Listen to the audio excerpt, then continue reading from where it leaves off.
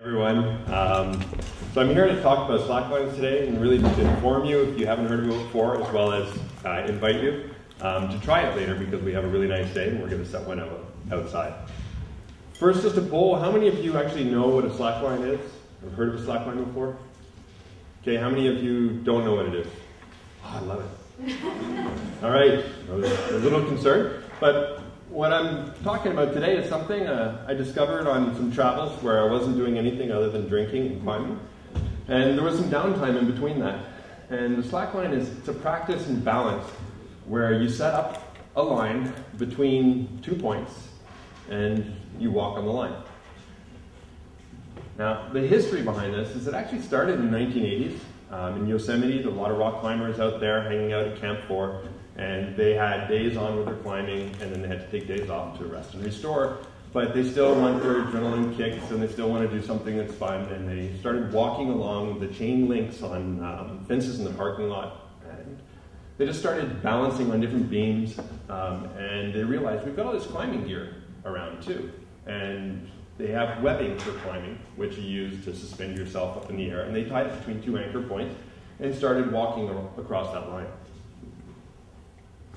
So there are a lot of different flavors that have emerged from the original people who set this up for slacklining. There's urban lining, which is setting this up in an urban environment.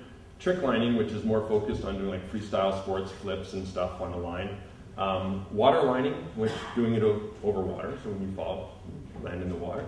High lining, which is really sick, doing it really high up, and they've got some amazing feats that they've done for high lining climbing too. And the one that impresses me the most out of all these is yoga slacklining, where just doing yoga poses on the ground is hard enough. Trying to do it on thin webbing is incredible.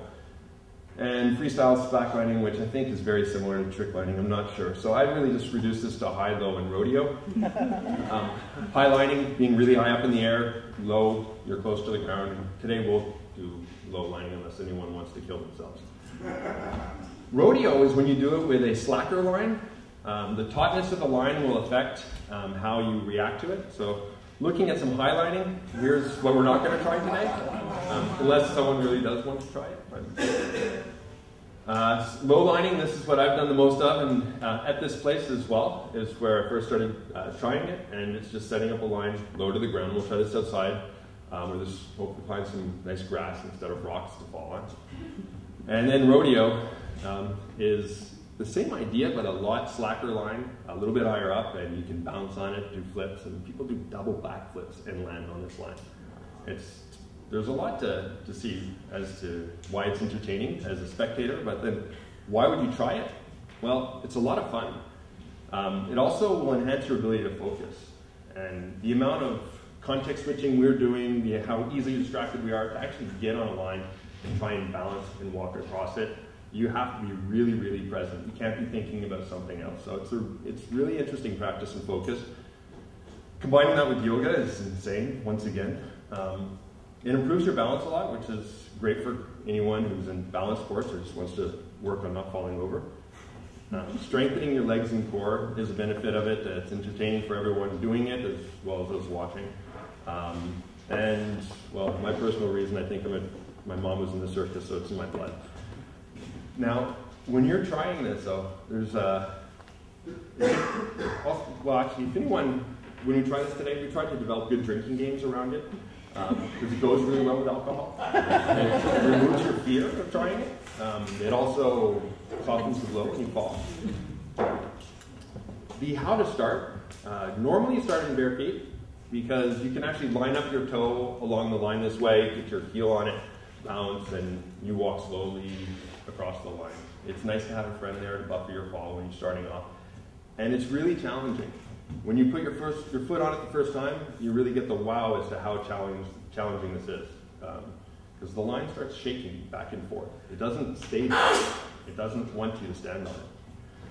It's a lot of fun to watch. And I have found a lot of good reasons to start slacklining. It can be really sick, the sports that you can do on it, the tricks, and there's a lot more information. There's a lot of things on YouTube that you can see for actually competitions that they have out now. And one of the guys I met traveling just recently got back from Utah. He's a Montrealer, and he does a lot of slacklining on the mountain at town towns. So they set up slacklines, and everyone's invited to come play and have fun on it. There's even a website, Facebook groups, and that's it. Thank you.